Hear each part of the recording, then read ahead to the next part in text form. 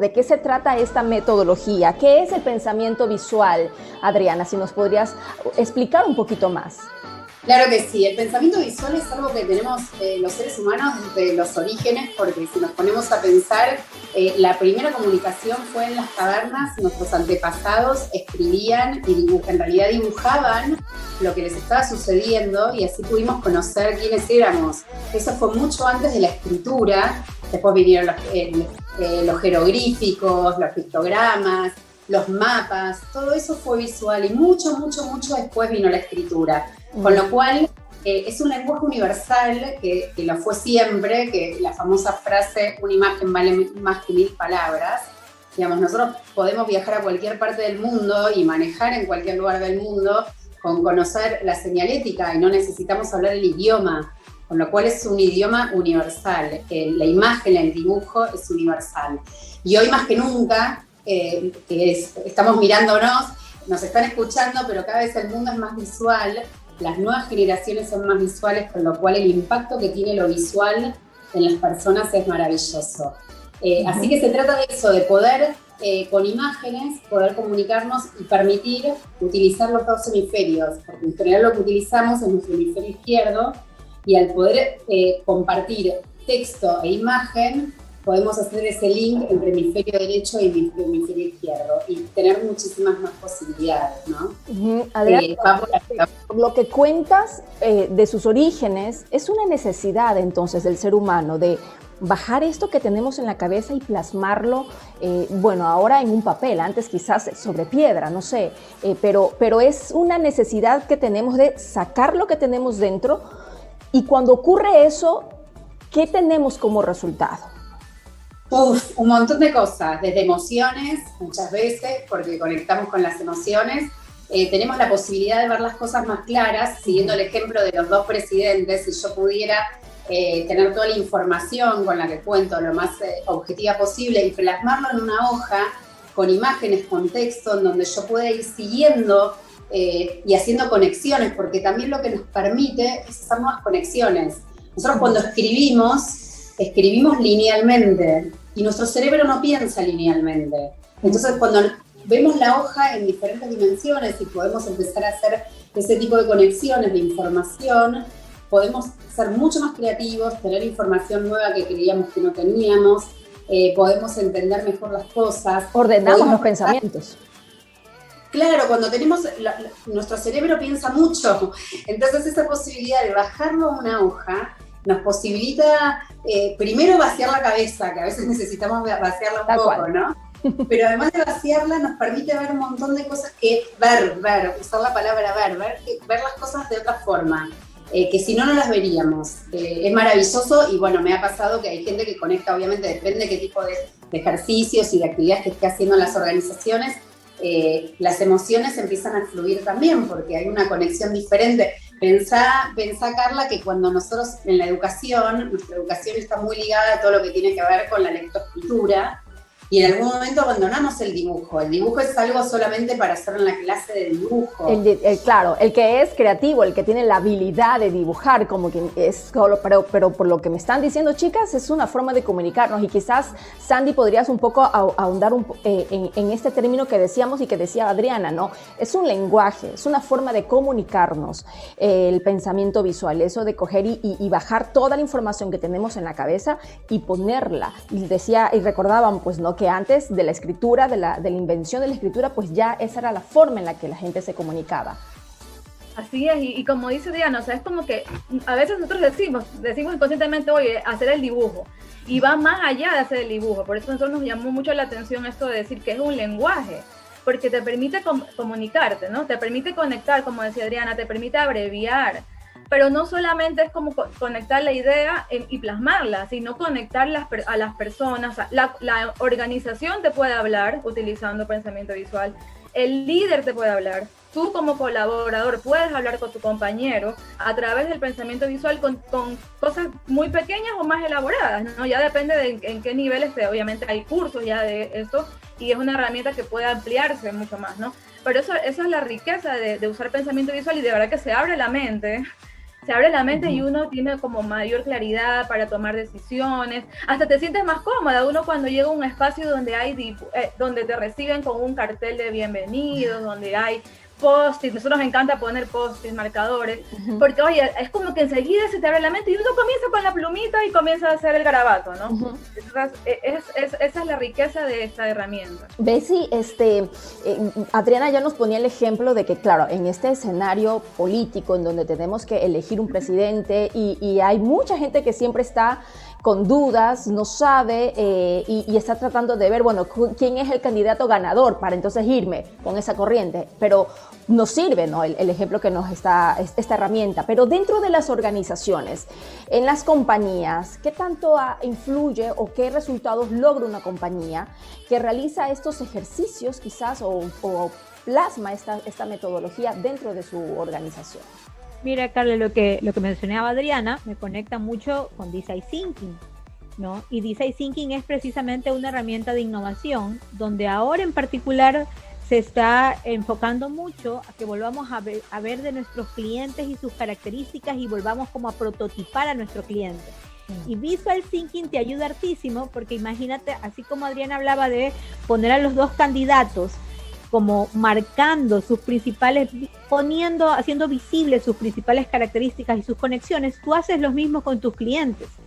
Tú pones y haces ese prototipo de cliente y vuelves a registrar cuáles son sus necesidades, cuáles son sus intereses, cuáles son sus miedos, de tal manera que todo un equipo, en ese caso, pueda ver, pero usando hemisferio derecho y hemisferio izquierdo, pueda ver de una manera más tangible a ese cliente y eso los ayuda a conectar de mejor forma cuando necesiten, por ejemplo, hacer un plan de cómo enfoco los esfuerzos de un equipo comercial a satisfacer las necesidades del cliente. Entonces, es muy práctico y muy poderoso utilizar. Imagínate, si tiene poder con una persona, imagínate lo que implica para un grupo ayudarlo a enfocarse, a mantener energía, a hacer atractivo una reunión y sobre todo a poner sobre la mesa, sobre el tapete, lo que seguramente ellos tienen en su cabecita y que no lo habían compartido de esa forma. Así que es una de las herramientas que se utiliza mucho en facilitación. Adriana, nos ayuda a desestresarnos, creo yo, o a liberar tensión, porque decíamos, en nuestra mente empieza a haber toda una revolución de pensamientos y quizás empezamos a querer hacer muchas cosas y no arrancamos por ninguna. El pensamiento visual nos ayuda precisamente a eso, a entender mejor lo que queremos, lo que quiere el cliente, como decía ahorita Betsy, pero también nos ayuda a entender a cada una de las personas del equipo, o que mejor dicho, cada persona que forma parte de un equipo, que no todo el mundo maneja las mismas formas de ser o el mismo tipo de inteligencia, ¿no? Pero quizás en esta metodología todos confluyen. Sí, todos confluyen un poco, como decía Sandy antes, te permite, hay que romper primero el bloqueo de no saber dibujar, que es lo que suele decir la gente y que nosotros les explicamos. Yo en un minuto, a través de un ejercicio, les muestro que todos sabemos dibujar, que eso es algo que uno lo tiene como un paradigma, pero no es así. Y en realidad, a través de un montón de dinámicas, ejercicios y actividades, lo que solemos hacer es conectar con el dibujo para que ellos conecten como equipo. ¿Sí? En las organizaciones esto es fundamental, ¿no? Como la posibilidad de trabajar los valores del equipo, se puede trabajar los objetivos, se puede trabajar inteligencia emocional, planificación, cualquier contenido, y se puede empezar desde lo individual hacia lo grupal también. Entonces, por ejemplo, yo soy de trabajar mucho valores en los equipos y es un tema que yo lo doy siempre de ejemplo porque es muy interesante. Los valores en las organizaciones y en general en la vida son abstractos. Si yo te dijera, bueno, sí, para mí es muy importante el valor del compromiso, pero ¿cómo te describo el compromiso? Es algo abstracto, ¿no? Entonces, lo que hacemos es, bueno, dibujar qué es para vos el compromiso. ¿Cómo lo dibujarías? Primero individualmente y después hacemos el mismo ejercicio grupalmente. Entonces es inevitable que eso después confluya en el dibujo de equipo. Entonces todos van a ver lo mismo.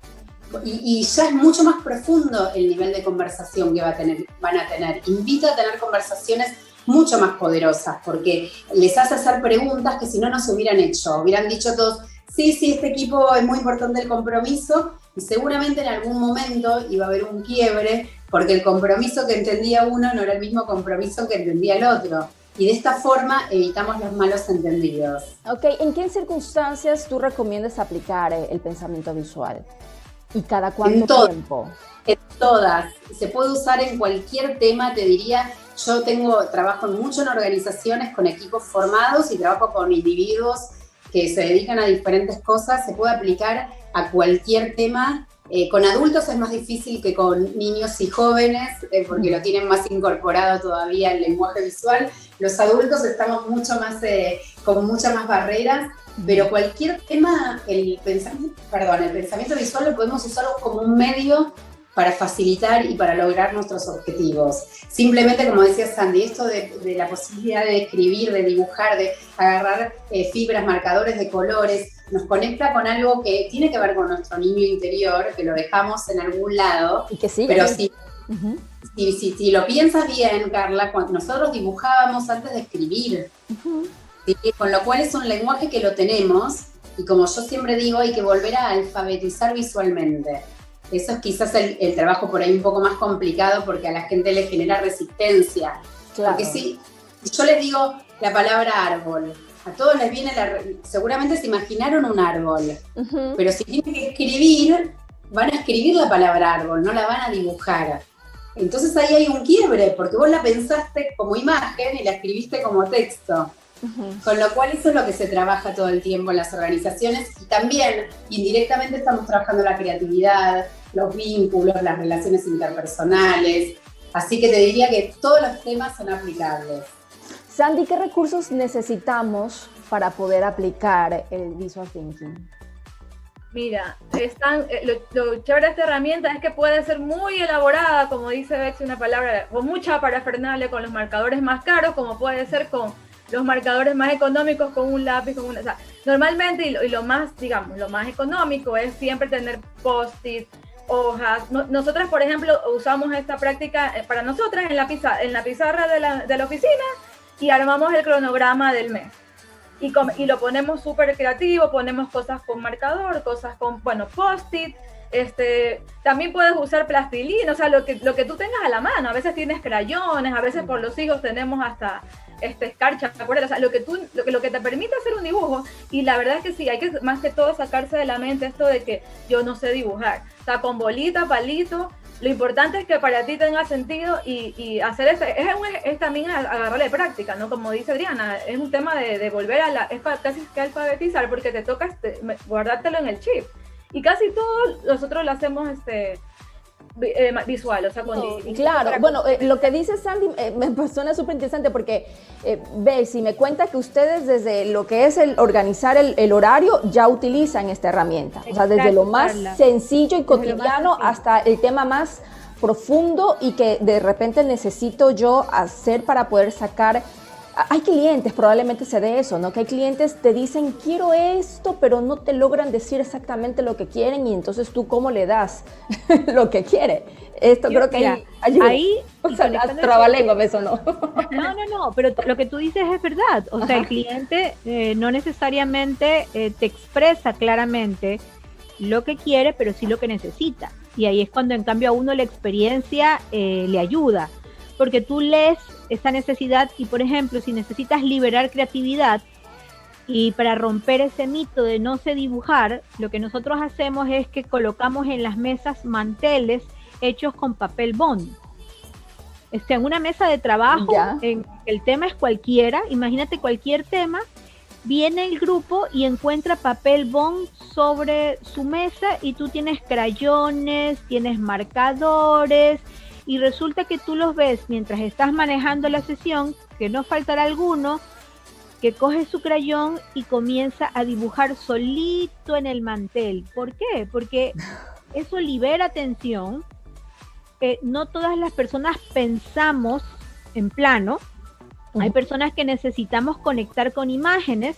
Entonces mira cómo de alguna manera tú lo dejas libre, y la persona, la que se sienta más cómodo, va a empezar, alguien más lo mira y resulta que cuando terminamos las sesiones no te imaginas las bellezas de manteles que quedan. Se lo entregamos al cliente y eso es bonito. O sea, el cliente se queda mirando porque de repente, obviamente eso fue una manera orgánica, pero también a veces lo hacemos de manera intencionada. Todo depende cómo tú estructuras y diseñas una sesión con un grupo, pero no te imaginas la cantidad de sabiduría, de ideas, de cosas interesantes que quedan plasmadas de manera visual, que en teoría no se dijeron en una sesión, pero sí se sintieron, y por eso la gente la recolectó. Otra cosa que nos gusta hacer también a nosotros, obviamente, a millón de kilómetros luz de Adriana, salvando las distancias. Nosotros sí somos palito bolita. Por ejemplo, a nosotros nos gusta tapizar el salón donde trabajamos, y de cada ejercicio van quedando cosas visuales, y el grupo puede ver su avance, y tú se lo haces ver al grupo, y el grupo se queda así como, o sea, a wow, ver, avance en los resultados que se logran a través de esta técnica, no es que avance. Exacto. No, por decirte, ahí te quería, por ejemplo, dar un ejemplo, en temas de cultura o clima, como decía Adriana, ponte los valores, se hacen preguntas poderosas que se van colocando y se colocan a veces en texto, pero en abreviado, y a veces con post-it o a veces en dibujo. Entonces todo eso se va haciendo paso a paso, y la sesión dura 4 horas, 8 horas, y se va construyendo con el equipo en el transcurso de la sesión. Y al finalizar la sesión, tú ves tu obra de arte, ¿no? Adriana, perdón, Sandy, creo que... No, tranquila. Okay. Adriana, gracias. Adriana, bueno, hemos visto esto que a título, o sea, de forma individual y dentro de las organizaciones funciona mucho. La familia es una organización. ¿Te ha tocado como experiencia profesional hacer esto, o quizás dentro de tu casa? No sé, ¿qué tanto o cómo podría ayudar esta metodología dentro de una familia? ¿En qué casos tú recomiendas hacer? ¿En qué momentos recomiendas hacer esto? Lo que a mí me sucede mucho es que cuando empiezo a hacer los talleres y les doy desafíos semanales, me empiezan a compartir que empiezan a dibujar con sus hijos, porque de repente los hijos encuentran a sus padres dibujando, cosa que nunca lo vieron, o les piden a sus hijos las fibras, los marcadores, los crayones, y de repente empieza a haber una conexión totalmente diferente entre padres e hijos. Y también me ha pasado que han venido a los cursos madre e hija, y es una experiencia maravillosa porque es otra forma de comunicación. Empiezan a conectar diferente, empiezan a conocerse diferente. Entonces se animan porque antes los niños le pedían ayuda a los padres para dibujar, y los padres decían, no, pero yo no sé dibujar. Y yo lo único que les digo en mis cursos, que lo único que está prohibido es decir yo no sé dibujar, porque todos sabemos dibujar, y que tenemos metido en la cabeza eso, como un montón de otros mandatos, ¿no? Yo eso lo trabajo mucho, ¿no? Cómo somos nuestras propias autolimitaciones. Con lo cual también es lo que le transmitimos a nuestros hijos, le tenemos que mostrar que sí podemos, aunque no salga un hombre de palito. Conversas y conectas mejor con tus hijos, pero asimismo pueden establecer metas familiares a través de esta metodología. Podría ser, la verdad yo nunca lo apliqué, me parece maravilloso, me parece que está bueno poder hacerlo así, pero además conecta desde la comunicación, porque es otra forma de comunicar, porque acá el cambio de paradigma tiene que ver con que el pensamiento visual no es un fin, no es como un dibujo de yo tengo que dibujar un paisaje, es un medio para que nos comuniquemos mejor. Si yo tengo claro lo que quiero lograr, entonces ya de por sí ya el camino va a estar mucho más llevadero, y este es el recurso que tenemos para hacerlo. Y con los niños es ideal porque pensá que es su forma de comunicación antes del habla, o sea que el dibujo lo tienen totalmente naturalizado. Imagínate la conexión, claro, si uno la puede lograr, ¿no? Exacto. Oye, me imaginé la refri con las instrucciones para el esposo, que no se pierda lo que toca, lo pendiente, claro, todo visual. Hay personas que hacen eso, ¿no? Tienen su pizarrita, lo ponen, y hay familias que utilizan lo que es el mapa de los sueños de la familia, entonces ponen allí cosas, y eso es pensamiento visual. Quizás ya algunas familias lo están aplicando y que entiendan pues que están haciendo algo fabuloso, una metodología que se maneja a nivel profesional dentro de las organizaciones. Yo quiero agradecerles a cada una, a Bessie Torres, a Sandy Espinel y a Adriana Fantain. Pronuncié mal tu apellido, Adriana, ¿cómo es? Feinstein. Feinstein.